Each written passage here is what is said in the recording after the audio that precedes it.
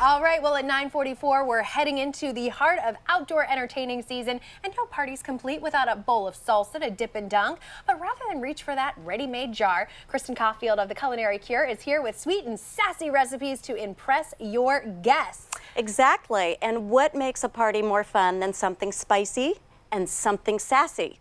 So what I love about salsas is you can use them all over the place. You can use them for dipping, you can use them as a topping for grilled meats or vegetables, but you can really have fun with salsas because you can use different things to make them hot and spicy. I was looking over the preview, and I'm going to be extra anxious to try some of these because some interesting combinations. Yeah, so this is the strawberry jalapeno salsa, and I like to say this is a life-changing salsa. It is so delicious. Okay. You cannot stop eating it. And look at this gorgeous color. You almost can't tell what it is. Yeah. So it sort of tricks the palate. So try a little bit of it.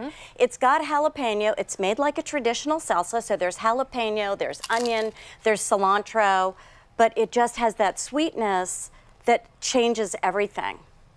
That is so refreshing. So refreshing good. with a kick. Yeah, and what I love about it is you could also use it as the basis for a funky cocktail. So you could put a scoop of that in a glass with some seltzer and some tequila and mix it up and get the party started. Kristen Coffield, I'm digging it. Okay, all right. So let's go to something else that's kind of interesting.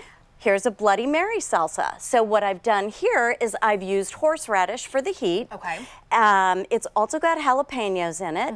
I've oven roasted the tomatoes, and then I love to serve it with these garnishes that are like the things you would find in a Bloody Mary. So it would also be good with shrimp or grilled fish, but this is really a fun one to serve at a brunch.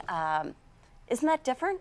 That is so... There's a little Worcestershire sauce in it, but it's just beautiful, and it's really fun. Very, very delicious, and I love me a Bloody Mary, so moving it into salsa. You could also use it as a base for a cocktail. There we go.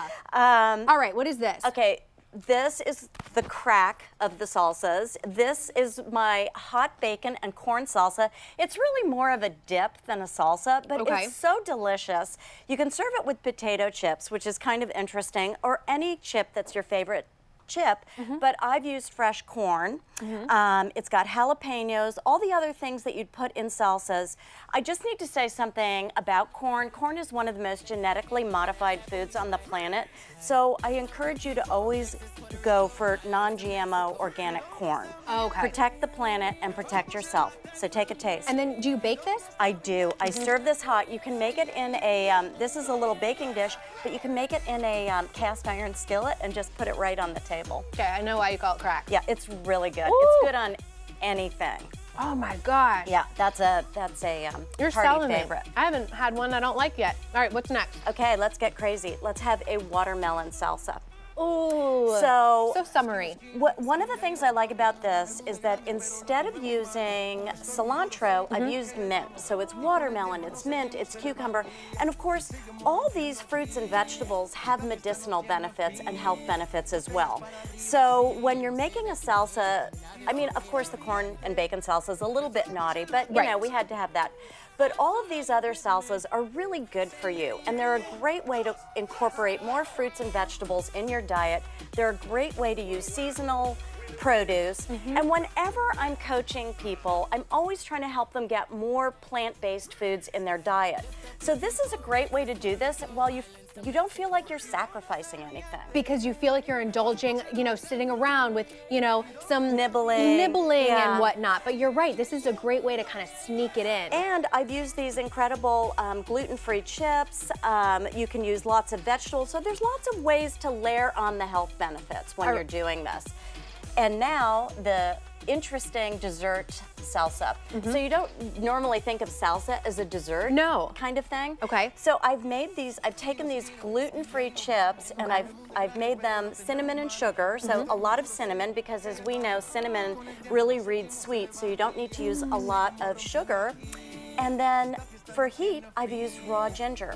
So it's ginger and apple and blackberries and blueberries and a little bit of kiwi fruit, and it's just delicious. Unbelievable. Well, thank you for bringing all of these sassy salsas to us.